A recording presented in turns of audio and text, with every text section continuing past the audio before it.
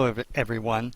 It is Thursday, November the 19th, 2015, about 7 a.m. And I'm going to do a short video to further discuss the unique effects that El Nino has in very narrow regions of the United States. I've been saying this for the last month on a number of videos, and last video talked about the research that other researchers are doing with respect to unique effects of El Nino in fairly narrow regions. And my own research from about 12,000 days worth of data from Reagan National Airport was what started me along this train of thought. Yesterday I found an interesting page on the Climate Prediction Center website. That's what you're seeing right here. This is actually an experimental page. It's in development by them. And it divides the nation into a variety of regions. And what they did here is they analyzed, probably very similar to what I did with Reagan National Airport, the historic temperature and precipitation in El Nino years, in neutral years, and in La Nina years. It really shows some interesting things, very similar to what I've been finding. First of all, let's take a look at temperature. And what I'm going to bring up here, this is the January, February, March temperature distribution for region 12. This is generally the region along South Carolina, North Carolina coast, and it shows the distribution of that for El Nino, neutral, and La Nina years. And if you notice that in El Nino years, the average temperature is much lower than the same area experiences in neutral and La Nina years. In other words, El Nino years are generally colder in this region. Okay, we're going to take the next region a little further north. This is region 10. They talk about this as coastal Virginia. They exclude DC from this region, but I actually believe that DC should be included in this region because my research shows basically what this picture is showing. Again, El Nino years has lower temperatures when you compare it to neutral or La Nina years.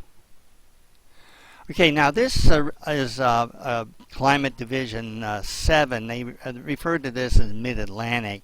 It extends up through New Jersey and New York City, as well as the D.C. area.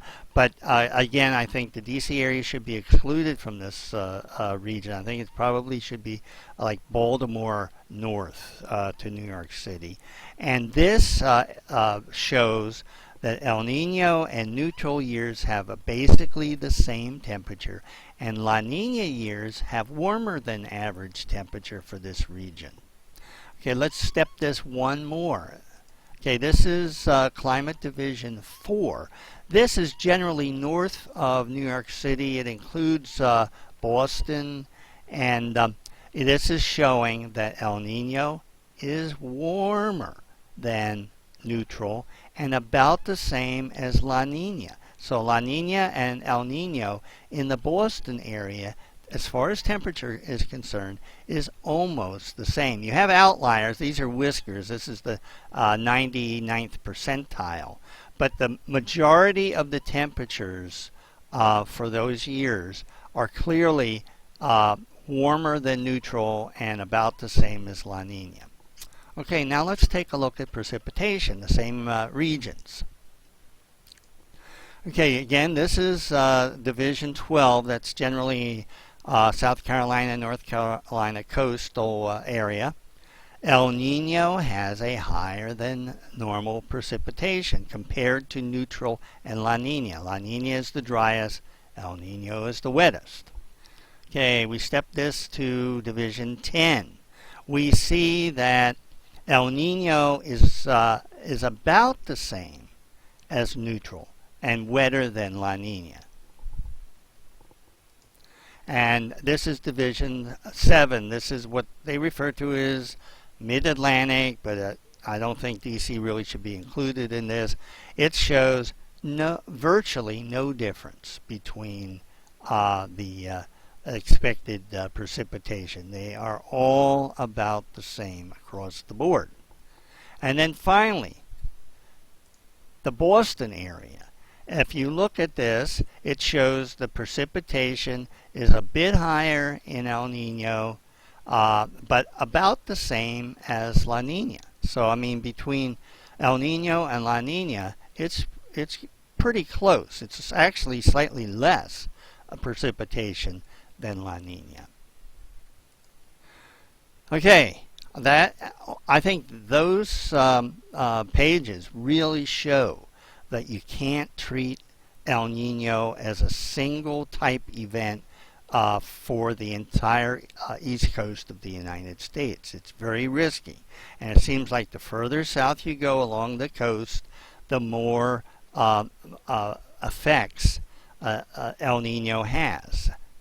Further north, it's actually less. Okay, so to sum up, it absolutely supports what I found for Reagan National Airport, that it generally is colder and generally wetter than non-El Nino years. Okay, if you have any questions about this, give me a tweet at PatPend, that's PATPEND, and I'll try and answer them. Thanks a lot.